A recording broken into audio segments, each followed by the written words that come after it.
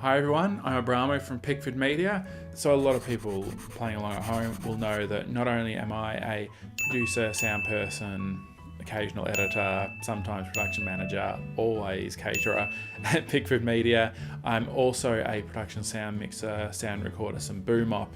I do that freelance in the film industry, so I work in film, TV, corporate videos, that sort of thing. And today I'm going to be talking about something that I bought primarily for that side of my business, but also for Pickford Media. It's turned out incredibly handy, and it's the Tentacle Sync box. It's a great little lock box. It's very, very light, very small, about the size of a box of matches, about that heavy as well, and just a super versatile little tool. So a quick rundown for the people who don't know, LTC or Longitudinal Timecode, sort of like the tracks that the train of production runs across. It keeps everything locked in place and together. So when you record a file on a audio recorder, the very start of the file will be stamped with the time of day, a timecode, and on the video camera, when you hit record, it stamps the time of day on the front of that file. Bring them all into post if you've locked them together so they're in sync. Post sees them, puts them together, all the clips are there, all synced up, ready to go. Stops you having to go there and hand sync claps. You see the slate there, so you don't need to hand sync that, and that can only really be used as a backup. So great little system. I mainly got this timecode box in particular because of a few really unique features that helped me with a lot of the work I was doing at the time. I was doing a lot of work with people using, say, the Canon C100 or a lot of the DSLRs that don't have a timecode input. Timecode inputs are generally for pretty high-end cameras. So what this does is, out of a really common connector, it's just the 3.5mm jack connector, it outputs timecode onto an audio track. So we use it on our C100 as well as some of our DSLRs and some of my other clients' cameras. And it's got a little tiny microphone in there. It's a scratch track which will output to the other side of the track on your stereo recorder. We use it on the C100. We just plug it straight in. It's just a mono. It's just LTC. You go into the really excellent Tentacle Sync software, dump all the files in there at the end of the day, syncs them all up. We just have them syncing on the trolley as we pack up, and you're all done. It's just so handy to have.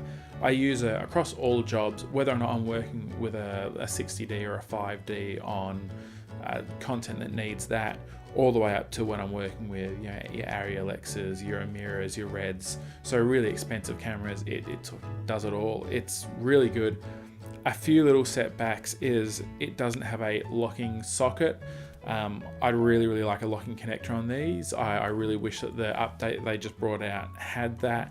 It doesn't. It does have a slightly different shape, but I think that's really lacking. I don't really trust anyone who's operating a camera to not accidentally pull a cable out for something that's for audio, and I can't be there all the time because I'm busy with my job.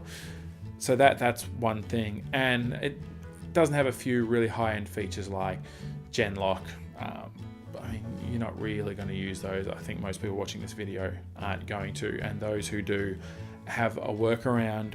The really high points is the size and the weight. It's so small. It's about the size of a matchbox.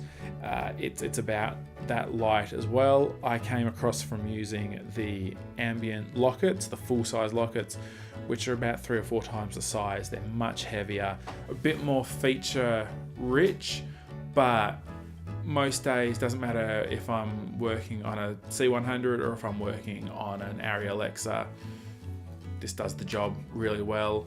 It's super durable. It's been dropped heaps of times, still going strong. I reckon you could probably hit it with a truck. It'll be fine the next day. And excellent battery life out of it. I know a few people are a bit iffy because it's got an internal battery that you recharge over USB, but I've had no problem with this. Apparently you can change the battery when it does eventually die. It is a semi-serviceable part, so that's good. I recharge it every night when I'm on a longer running production, but I can, at a push, I can get nearly 3 days out of this, and it's great. I can't recommend it more. A few little downsides to it. To change any of the settings, you've got to either use the program on your computer or the app on your phone. This is good, but I always find that I usually have to reset my phone to get it to read at the start of the day. I don't know what this is, but it's something to do with the microphone output on the iPhones. It's not the biggest hassle in the world. I know that's what I need to do now. Also, if you'll see here, you've got the 3.5mm jack connector.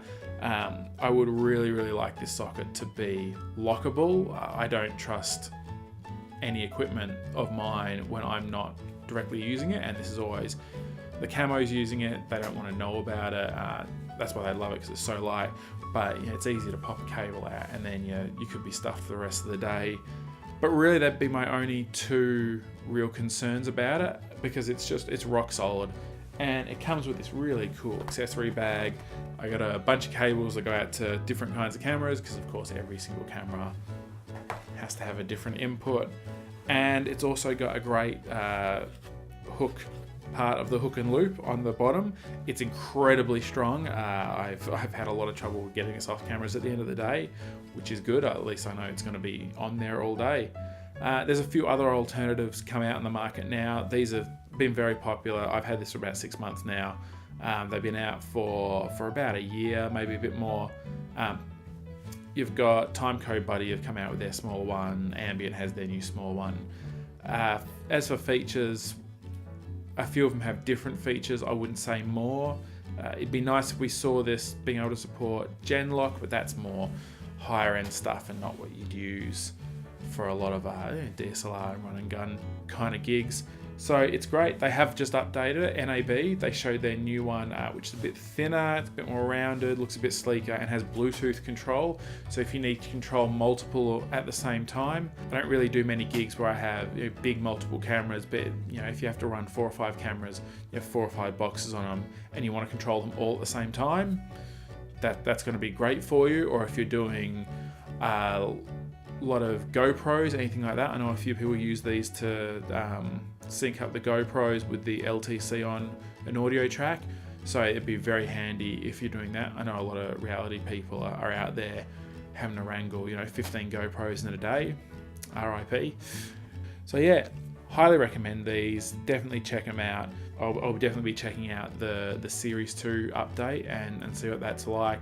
Don't really see me moving over to a different kind of lockbox anytime soon. I'm pretty deep money-wise into cables for this little guy, but I will be picking up a few more of them. So if you like this video, like, subscribe, do all that usual stuff. We are going to be putting out a lot more content about what equipment we use and a few reviews. I do have a problem buying gear, so I will always have new stuff to tell you about and new videos and all that, especially with sound equipment. And I think Zoe's going to tell you a bit about some of our video equipment one day. So I hope that's been helpful. If anyone wants to know anything more about them, you can go onto Tentacle Sync's website. We'll put up their website here. I highly recommend them for anyone, even if you're just shooting on a DSLR, or maybe you're a YouTube producer, you're a vlogger or something. I would still really recommend one of these and a double system over running any sound to your camera. That's just take from Soundy. We don't want you to just hire more gear off us. We do actually want it to sound much better, and there's no camera on earth that has good sounding audio circuits. So yeah, if you have any questions, chuck them in the comments below. Like, subscribe, do all the usual things. We'll keep you in the loop, and we'll see you on set.